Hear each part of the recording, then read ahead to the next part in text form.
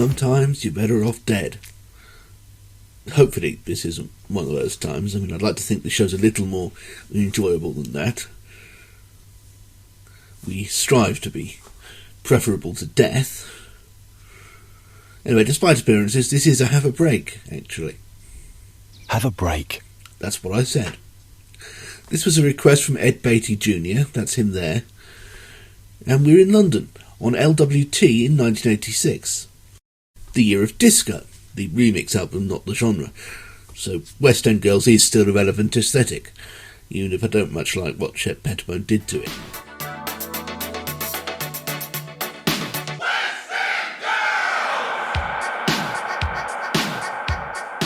Specifically, it's the 31st of May 1986, a Saturday night, and an episode of Robin of Sherwood, the high-budget hood with mysticism and ladies' hair, and Clanad.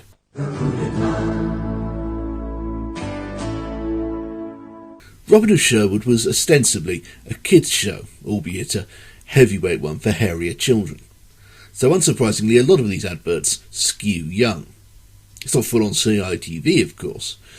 This is near primetime Saturday night, the family slot associated with Doctor Who, and at that time briefly reoccupied by him over on the other side. So it's not outright children's advertising here. There's no Barbara figurines or scaled electric racers or anything like that. But there are breakfast cereals that know perfectly well what side their bread is buttered. As for example...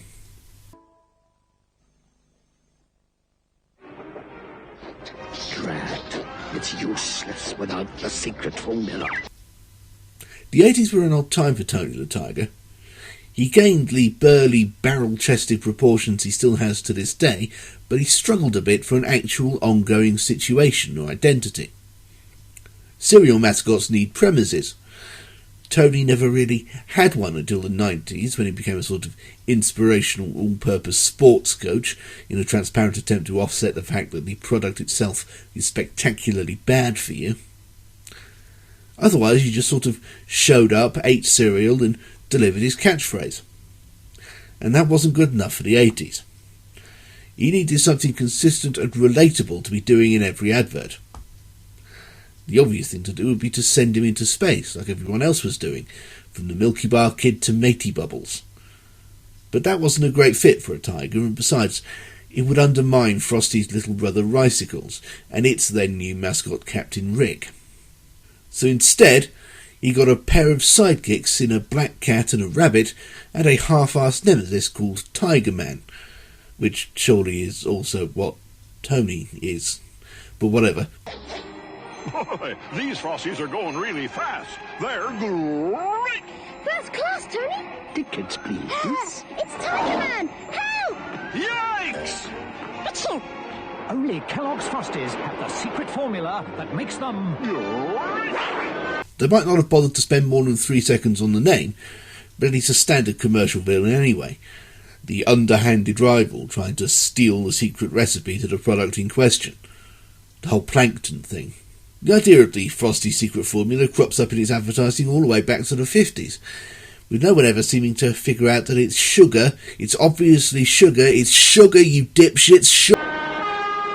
Tiger Man needs more training. Yeah, he doesn't deserve a better one-liner than that anyway. They're great! So remember how I said like 3 minutes ago that Robin of Sherwood was basically a kids' show? Here's some lager. Even to someone who grew up with it, i.e. me, it's really quite dizzying to look back at old adverts for children's programming and see adverts for alcohol just nonchalantly hanging out in between the sweeties and the sugary cereals. 10 kinds of illegal now, of course, but in 1986 apparently it just didn't occur to anyone that it might not be a good idea to introduce the kiddywinks to their future crippling addictions. So, Carlsberg. You remember that where Heineken is the one that changes the physical properties of things, Carlsberg is the one that's just plain better than anything else and the entire world knows it. What that has to do with a test card, I'm not sure. Let's watch on.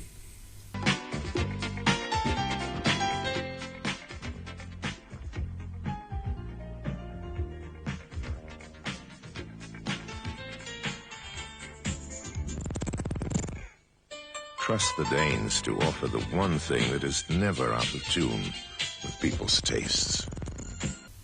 Okay. I mean, I suppose that makes sense and everything. But it feels kind of underwhelming. This feels like Carlsberg trying the magical realist Heineken format, but not really making it. Heineken would have done something more interesting with it, like having it in black and white and or low res before the beer drains away and the colour fades in simultaneously. And Victor Borger does a chuckle. Not that Carlsberg are unsuited to the whole magical realism thing, but their shtick of serene and acknowledged superiority is more passive than Heineken's one of literally altering reality. Carlsberg are better suited to subtler setups like this one.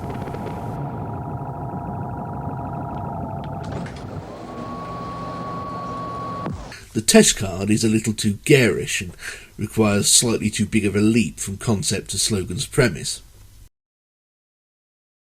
Of course, there is an obvious solution in not overthinking it like this. I mean, I get paid to do that. You don't. Trust the Danes to offer the one thing that is never out of tune with people's tastes. Carlsberg's spokesman, of course, was the vast Orson Welles. But it's decidedly eerie to hear his voice here, considering that he died 7 months earlier. Carlsberg were in a bit of a bind, though. Apart from the fact that he died relatively unexpectedly, leaving behind a set of adverts that they were contractually obligated to run, the great man had been the voice of Carlsberg for a few years by now. Re-recording it would be jarring. It's not unknown, of course. You remember this guy? I used to only get pushed out on Sundays, then pushed straight back again. But that was before Oxo Gravy Boat came along. Well, he originally had the voice of Roy Kinnear. I used to only get pushed out on Sundays, then pushed straight back again. But that was before Oxo Gravy Boat came along. See? But Kinnear died unexpectedly in the middle of the advert's run because there's no God, and they actually went away and re-recorded it with N. Rytel. Of course, that was a couple of years later. And who's to say the great man would have wanted them to withdraw the Carlsberg advert anyway?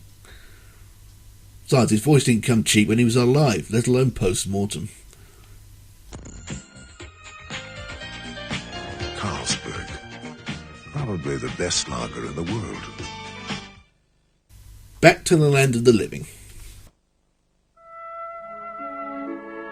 20th of May, 1789. 23 days in open boat. Had to ration butter. Men close to mutiny. Well, this is clearly a Bugsy Malone treatment of the mutiny on the Bounty. It won't be a coincidence that there was a film about it a couple of years earlier, because that's Anthony Hopkins on the soundtrack, that film's Captain Bligh, doing the same Plymouth accent he employed in the movie. It's quite a good film, incidentally, and some strong supporting evidence that Mel Gibson can actually act. Only dry biscuits now remain. Sighted land. Scantily clad natives. No, stop that. Jesus Christ, I thought this was Bugsy Malone, not Mini Pops. The things you could apparently just get away with in 1986. No wonder we grew up sick and confused. Fortunately, it's only 2.5 seconds, and we're soon back on firmer, whimsical ground, interspersed with delicious butter, because it's a butter advert. Prepared all manner of wondrous foods for us.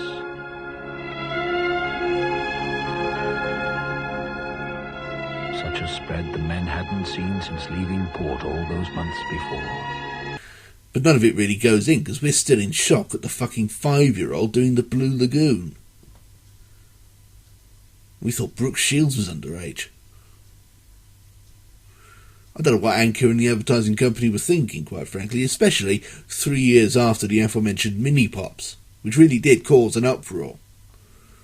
I'd like to think there was some kind of uproar about this in 1986, because there bloody would be now. And as I said, Mini Pops was still pretty fresh in the memory. Surely someone must have publicly vomited. Apparently this was part of a series involving children at play. Here's another one where the kid's playing astronaut.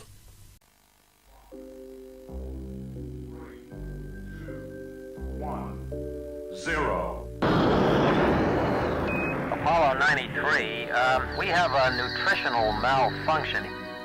Suggest spacewalk to Station K. Entering K. Rectified food deficiency. Returning to Apollo 93.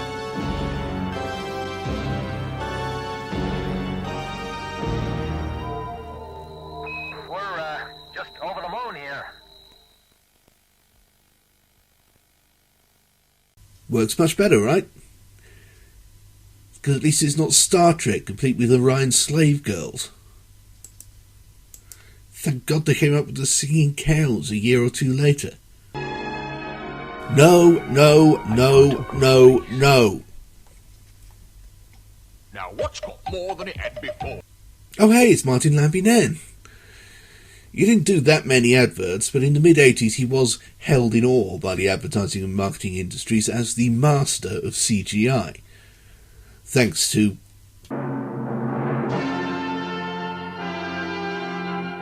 well, yes. It really was beyond impressive, in a way that we can't truly appreciate from 40 years' distance.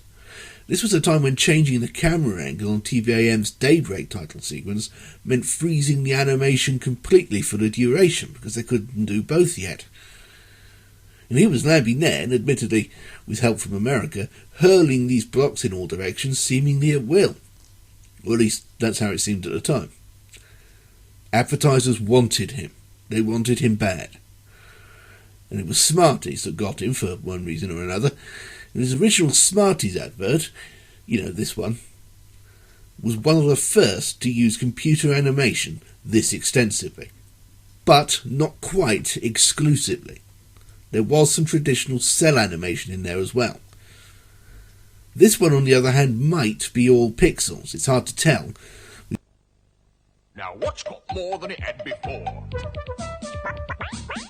Oh, much more than it had before. What you call the extra you get for nothing? No! Where can you put a whole lot more? Only Smarties have the answer. Whether it is or not, it's only a short advert, and everything's floating in a white void.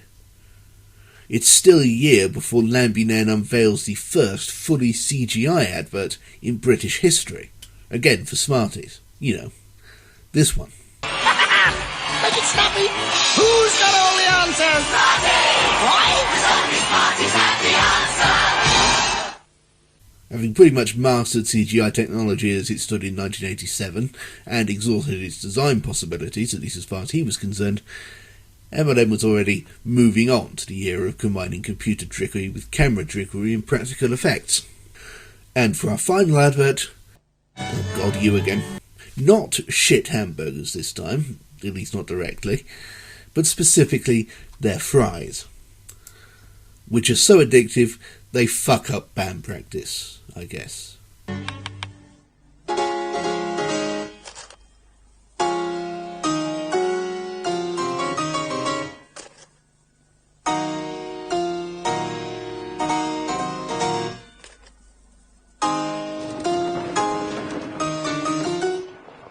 I can actually believe that.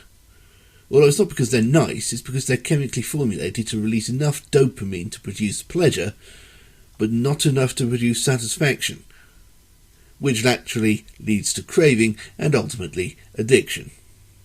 And to think that Walter White of the world spend years trying to perfect that exact balance, with things that are even worse for you than McDonald's food-like products.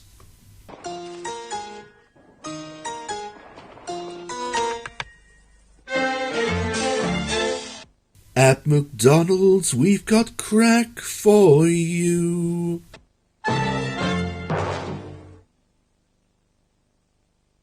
Well, apart from all that, I'm in the unfortunate position of having relatively little to say. This isn't a very good advert. It's not funny or clever. It's only really making vague gestures towards comprehensibility. It's like they know people only go there because of the dopamine thing and they can't really be asked.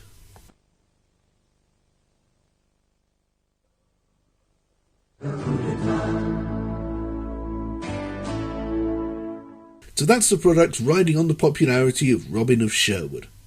Not a kiddie enough show for toy adverts, but definitely kiddie enough for sweets and fast food. And yet family enough for lager to make an appearance. Even Anchor Butter seems to be aiming at the kiddie market for some reason. Or maybe just the paedophile market. Oy. Sometimes you see something that hits you with the weight of every one of the nearly 40 years between it and you. Not only could you not do that today, surely you couldn't have done it then. Even the mini pops were more tasteful than that, and they'd all been publicly executed 3 years earlier. It's baffling.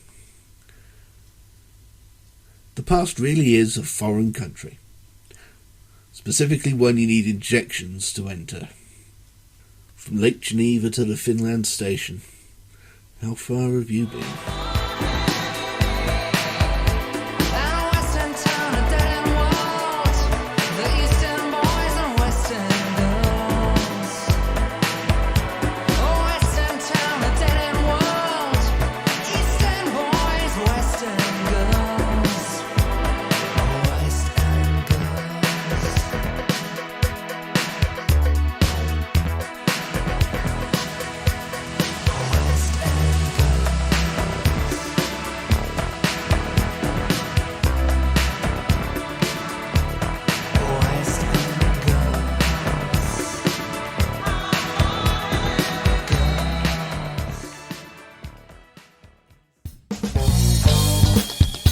You just sat through a Bob the Fish production. Nice! If you haven't already, you absolutely must check out bobthefish.org.uk. Literally hundreds more videos not unlike that one, adding up to days worth of entertainment and all absolutely free. But if you're not a cold-hearted skinflint, you can always support us on Patreon. For as little as anything at all, you can make programmes like the one you just watched possible in the first place, and become eligible for bonus material such as glimpses of the book I'm writing about the BBC, monthly riffings on random commercial breaks, the complete archives of the angry political satire magazine Two Sons, and even the odd very occasional bonus video essay unavailable anywhere else. If nothing else, you should prevent me from starving and or freezing to death in the foreseeable future, so that'll be nice. No pressure or anything. bobthefish.org.uk. You make it what it is.